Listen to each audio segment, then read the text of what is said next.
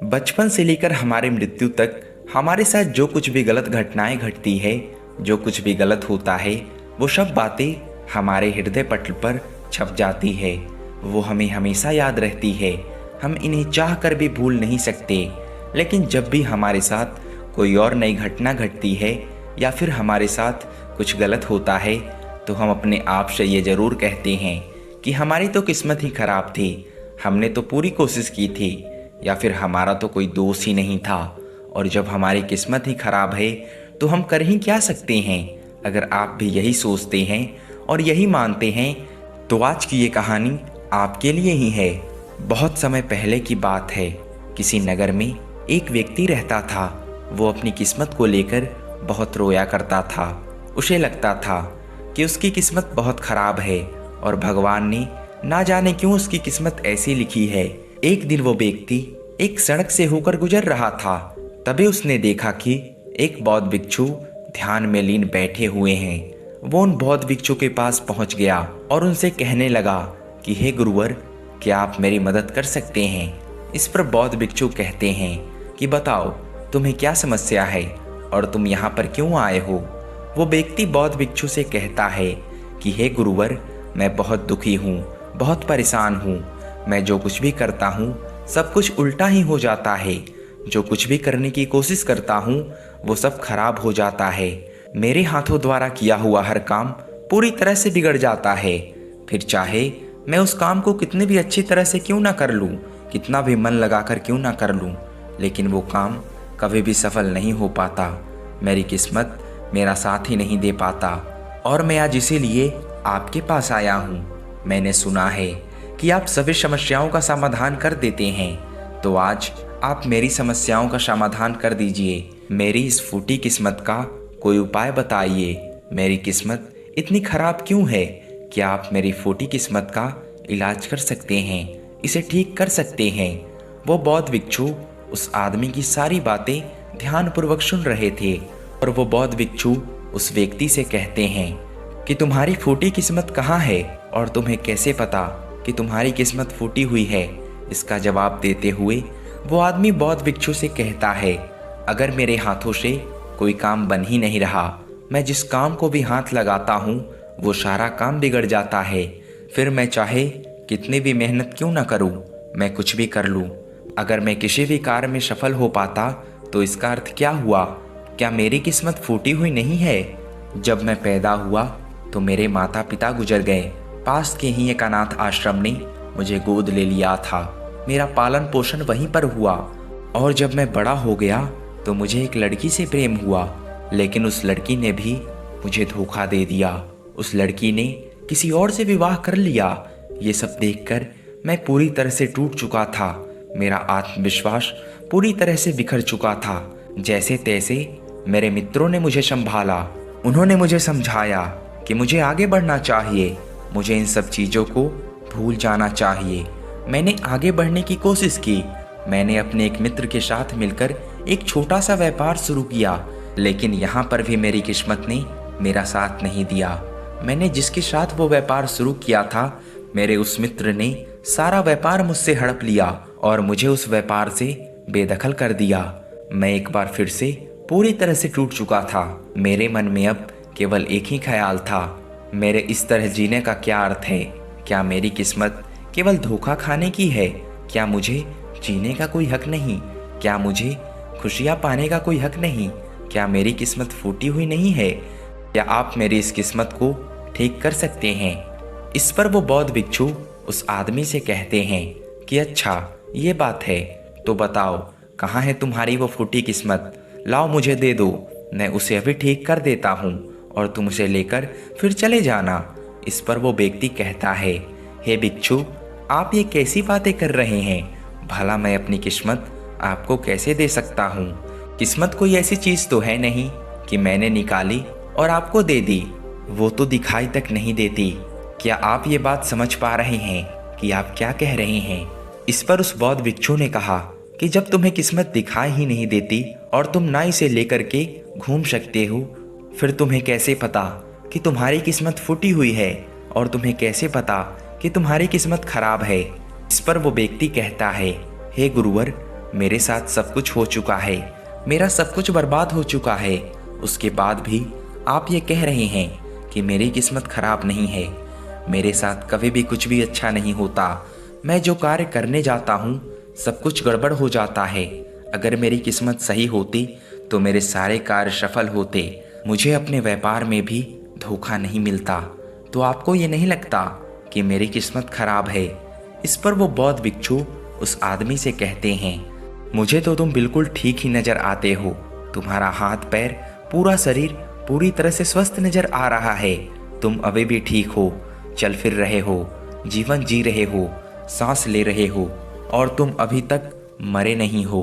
तो फिर तुम्हारी किस्मत कैसे खराब हो सकती है? यदि तुम्हारी किस्मत खराब होती तो तुम बीमार होते, या फिर तुम्हारे शरीर का कोई अंग पूरी तरह से काम नहीं कर रहा होता, या फिर तुम्हारे शरीर का कोई अंग होता ही नहीं, या फिर हो सकता है कि तुम मृत्यु को भी प्राप्त हो जाते। लेकिन जहाँ तक मैं देख पा रहा हूँ ऐसा तो कुछ भी नहीं है। फिर तुम कैसे कह सकते हो कि तुम्हारी किस्मत खराब है? इस बार वो व्यक्ति चिल्लाकर बौद्ध भिक्षु से कहता है, हे गुरुवर, लग रहा है आपको मेरी बात समझ में नहीं आ रही। मैंने आज तक जो भी कार्य करे हैं उन सभी कार्यों में जो भी पूंजी मैंने लगाई है वो सब कुछ टूट चुकी है, नष्ट हो चुकी है। और उसके बाद मैंने जो कर्जा लिया था उस कर्जे का पहाड़ मेरे ऊपर है। सारे कर्जदार मेरे घर खड़े रहते हैं कर्जा लेने के लिए और मुझे धमकियां देते रहते हैं। उन सभी ने मिलकर मेरा घर मुझसे छीन लिया क्योंकि मैं उनका पैसा उन्हें वापस नहीं लौटा सका। और इतना ही नहीं, वो लोग अभी भी मेरे पीछे पड़े हुए हैं। मैं उनका पैसा लौटा दूंगा, लेकिन जिस व्यापार में मैंने वो पैसे लगाए थे वो व्यापार तो किसी और ने हड़प लिया। और जब मैं अपने उस मित्र से पैसे मांगता हूँ तो वो भी मुझे पैसे देने से इनकार कर देता है। अब आप ही बताइए, मैं उनका कर्ज कैसे लौटाऊं? मैं कहाँ जाऊं? अब मेरे पास तो कोई घर भी नहीं बचा। तो फिर इन हालतों में ये कैसे कह सकता हूँ कि मेरी किस्मत सही है? इस पर वो बौद्ध भिक्षु उस व्यक्ति से कहते हैं कि अच्छा ये बात है, इसका मतलब कि समस्या बहुत गंभीर है। तभी वो व्यक्ति कहता है, हाँ बिल्कुल सही, अब आपने बिल्कुल सही समझा है। मैं इस समय बहुत ही दुखी हूँ। मैं अपने जीवन के बहुत बुरे दौर से गुजर रहा हूँ और मेरी हालत अब मेरे काबू में नहीं है। अब आप ही मेरा आखिरी सहारा हैं। कृपया करके मुझे कोई उपाय बताइए। पर वो बौद्ध भिक्षु उस व्यक्ति से फिर कहता है कि ये तो अच्छी बात है कि तुम जीवित हो और तुम्हारी किस्मत अच्छी है कि तुम अपने इन हालतों का सामना करने के लिए जी रहे हो और तुम अपने जीवन की समस्याओं का हल भी कर सकते हो। इस पर वो व्यक्ति दुखी मन से कहता है कि हे गुरुवर, लगता है अभी भी आप मेरी बातों को नहीं समझ पाए। इस पर वो बौद्ध भिक्षु उस व्यक्ति से कहता है कि नहीं, मैं तुम्हारी बातों को अच्छी तरह से समझ चुका हूँ, लेकिन तुम मेरी बातों को नहीं समझ पा रहे। इतना कहकर वो बौद्ध भिक्षु उस व्यक्ति का हाथ पकड़कर एक नदी के किनारे ले जाते हैं और उस आदमी से कहते हैं कि इस नदी को ध्यान से देखो, तुम्हें क्या दिखाई दे रहा है? वो आदमी कहता है कि नदी जोरों से बह रही है, इसका बहाव बहुत तेज है। तब वो बौद्ध भिक्षु उस आदमी से कहते हैं कि यदि मैं किसी पेड़ का एक पत्ता इस नदी में गिरा दूं तो पत्ता वो किस दिशा में बहता हुआ जाएगा? वो आदमी कहता है कि हे गुरुवर, जिस दिशा में नदी बह रही है ठीक उसी दिशा में वो पत्ता भी चला जाएगा। तब वो बौद्ध भिक्षु उस आदमी से कहते हैं कि बिल्कुल सही कहा है तुमने। अब बताओ मुझे कि इस पत्ते की किस्मत किसके हाथों में है? इस पर वो आदमी कहता है, हे गुरुवर, उस पत्ते की किस्मत इस नदी के हाथों में है। वो जहाँ चाहे इसे भगाकर ले जा सकती है क्योंकि इसका बहाव बहुत तेज है। तब वो बौद्ध भिक्षु मुस्कुराते हुए उस आदमी से कहते हैं, मान लो कि वो पत्थर सिर्फ मेरे हाथों में ही है और मैं चाहे उसे नदी में फेंकूं या ना फेंकूं, तो बताओ उस पत्ते की किस्मत क्या होगी? इसका जवाब देते हुए वो आदमी कहता है कि इस हिसाब से तो पत्ते की किस्मत आपके हाथों में हुई। आप चाहे तो उसे नदी में फेंक सकते हैं या फिर आप चाहे तो उस पत्ते को कहीं और भी फेंक सकते हैं। इस पर वो बौद्ध भिक्षु मुस्कुराकर उस व्यक्ति से कहते हैं, इस पत्ते की किस्मत ना तो नदी के हाथों में है और ना ही मेरे हाथों में, क्योंकि मैं चाहे कितनी भी कोशिश कर लूं, यदि एक पत्ता किसी वृक्ष से टूट चुका है तो वो आज नहीं तो कल सूख ही जाएगा। जब तक वो पत्ता किसी पेड़ से जुड़ा हुआ है तब तक उसे भोजन मिल रहा है, उसे ऊर्जा मिल रही है।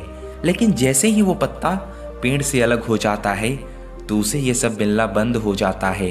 तो बताओ, उसकी किस्मत अच्छी है या बुरी? तब वो आदमी कहता है कि हे गुरुवर, ऐसे तो उसकी किस्मत बुरी है, क्योंकि पेड़ पर रहने पर उसे भोजन और ऊर्जा दोनों ही मिल रहे थे। इस कारण से वो फल फूल रहा था। लेकिन पेड़ से अलग होने के बाद उसे वो भोजन और ऊर्जा प्राप्त नहीं होगी। तभी वो बौद्ध भिक्षु एक डाली से एक पत्ते को तोड़कर कहता है, ये पत्ता मेरे हाथों में है और ये अभी तक सूखा भी नहीं। इसके अंदर अभी भी ऊर्जा है और भोजन है, जिससे वो अभी भी कुछ कर सकता है। इसमें अभी भी जीवन बाकी है। तभी अचानक जोर की हवा चली और उन गुरुवर के हाथों से वो पत्ता उड़कर थोड़ी दूर पर जा गिरा। इस पर वो बौद्ध भिक्षु उस आदमी से कहते हैं, तुमने देखा, यदि ये पत्ता अभी तक कुछ पेड़ों से जुड़ा हुआ होता तो इतनी दूर उड़कर कभी नहीं जा पाता।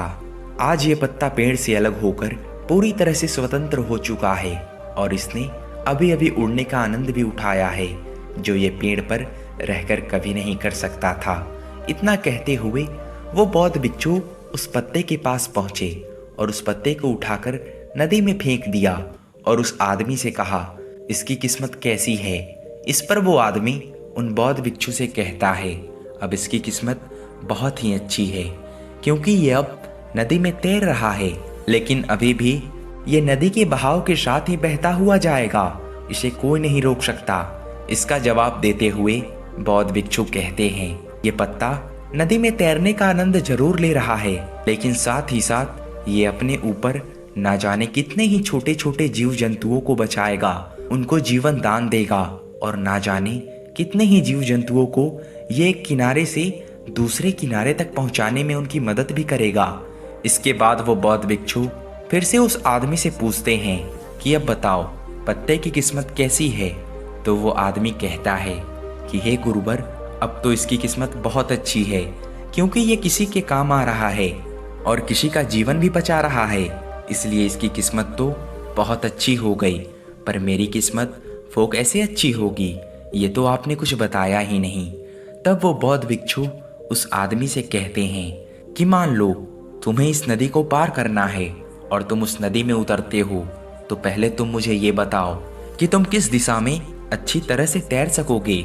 इस पर वो आदमी जवाब देते हुए कहता है कि गुरुवर, जिस दिशा में नदी बह रही है उसी दिशा में तैरना आसान होगा और मैं उस दिशा में आसानी से तैरता हुआ चला जाऊंगा।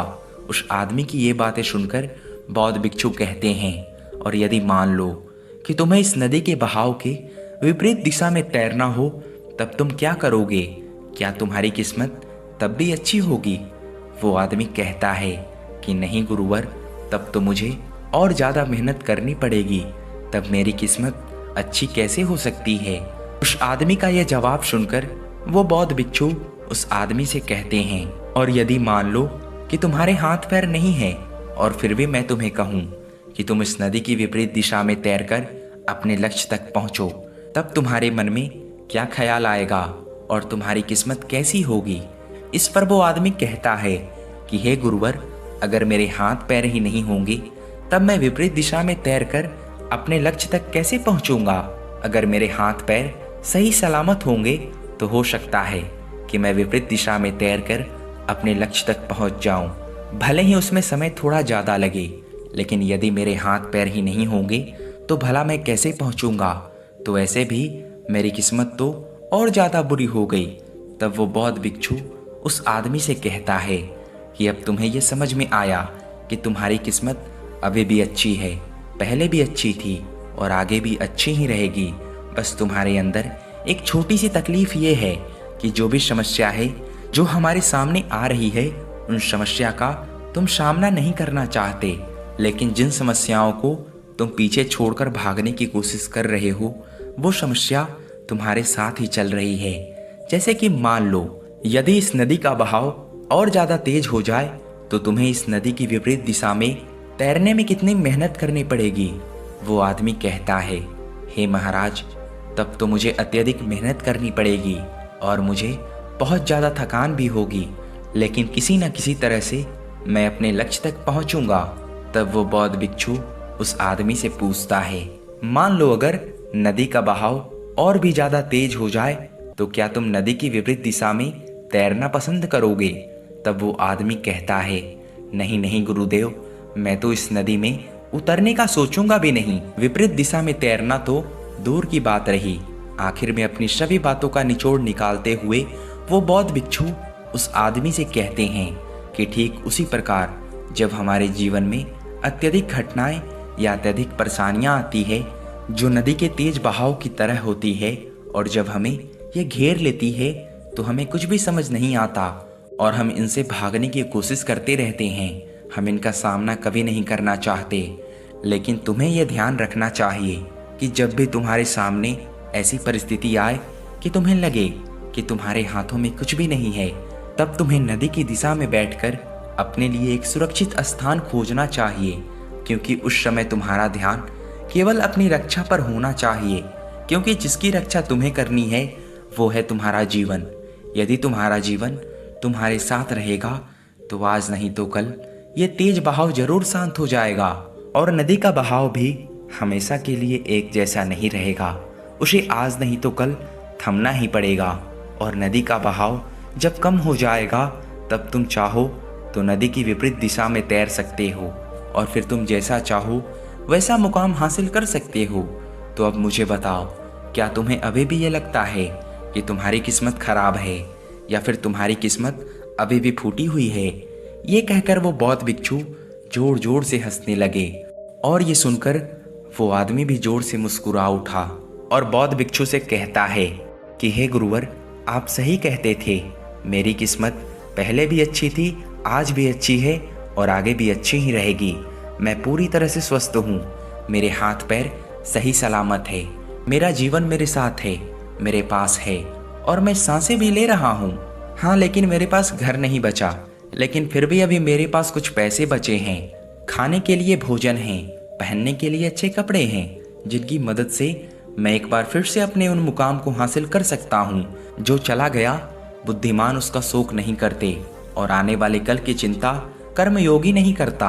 अगर मैं बीते हुए कल के शोक में डूब गया तो मैं कभी भी आगे नहीं बढ़ पाऊंगा। मुझे वो सब कुछ चाहिए जो मैं पाना चाहता हूँ। मैं उसकी तलाश में अब आगे बढ़ना चाहता हूँ। मैं वो सब प्राप्त करना चाहता हूँ, और अब मैं वो प्राप्त करके ही रहूँगा, क्योंकि अब मैं उस पेड़ से अलग हो चुका हूँ जो मुझे बांधे हुए थे, मुझे रोके हुए थे, और अब मेरे पास एक ऐसा सुनहरा मौका है जिससे मैं अपने जीवन को संवार सकता हूँ, उसे निखार सकता हूँ। इतना कहकर वो आदमी उस बौद्ध भिक्षु को प्रणाम करता है और अपने मार्ग पर आगे की ओर निकल पड़ता है, और वो बौद्ध भिक्षु भी अपनी राह पर आगे चल पड़े। तो दोस्तों, आपको इस कहानी से बहुत कुछ सीखने को मिला होगा, तो प्लीज़ हमारे चैनल को सब्सक्राइब कर ले। मिलते हैं नेक्स्ट वीडियो में, तब तक के लिए धन्यवाद।